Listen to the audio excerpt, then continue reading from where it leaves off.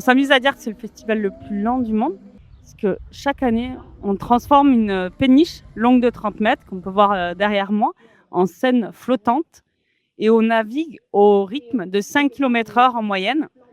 On a démarré cette 30e édition le samedi 27 juin à Montèche, en Tarn-et-Garonne, et on va terminer ce lundi à Colombier, en Hérault. Donc pendant 3 semaines, on parcourt quasiment 400 km et on fait 14 escales dans des villes et villages, avec à chaque fois une soirée avec une couleur artistique différente.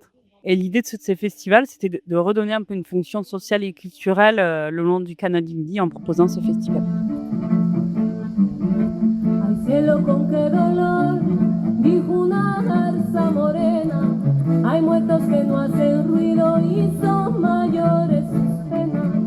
Al cielo con qué dolor, dijo una garza morena, hay muertos que no hacen ruido y son mayores sus penas. Il y a vraiment dans cette programmation artistique l'idée de mettre en avant la richesse de la diversité de notre société, en faisant entendre des langues, des traditions, des cultures, des instruments, parfois qui sont en voie de disparition, qu'on n'entend pas assez.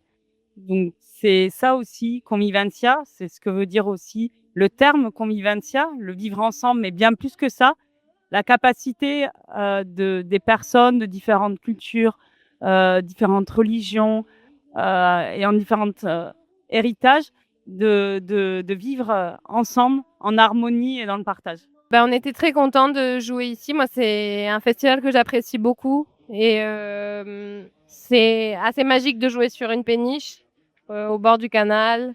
Et il y a toujours une belle écoute et on a une sacrée chance aussi en tant que public de pouvoir voir des concerts comme ce soir et de pouvoir profiter ensemble, de se rencontrer, parce que c'est aussi ça qui est important, en particulier en ce moment, c'est de continuer à se rencontrer, de se parler et de partager ensemble la convivencia.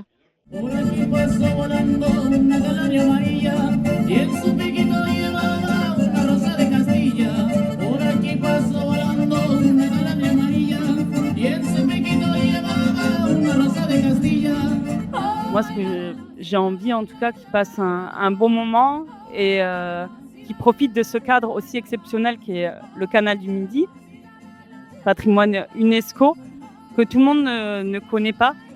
Donc, c'est vraiment de faire un peu un écho entre les artistes qui peuvent venir de loin et notre patrimoine, le patrimoine régional de l'Occitanie, qui est vraiment incroyable.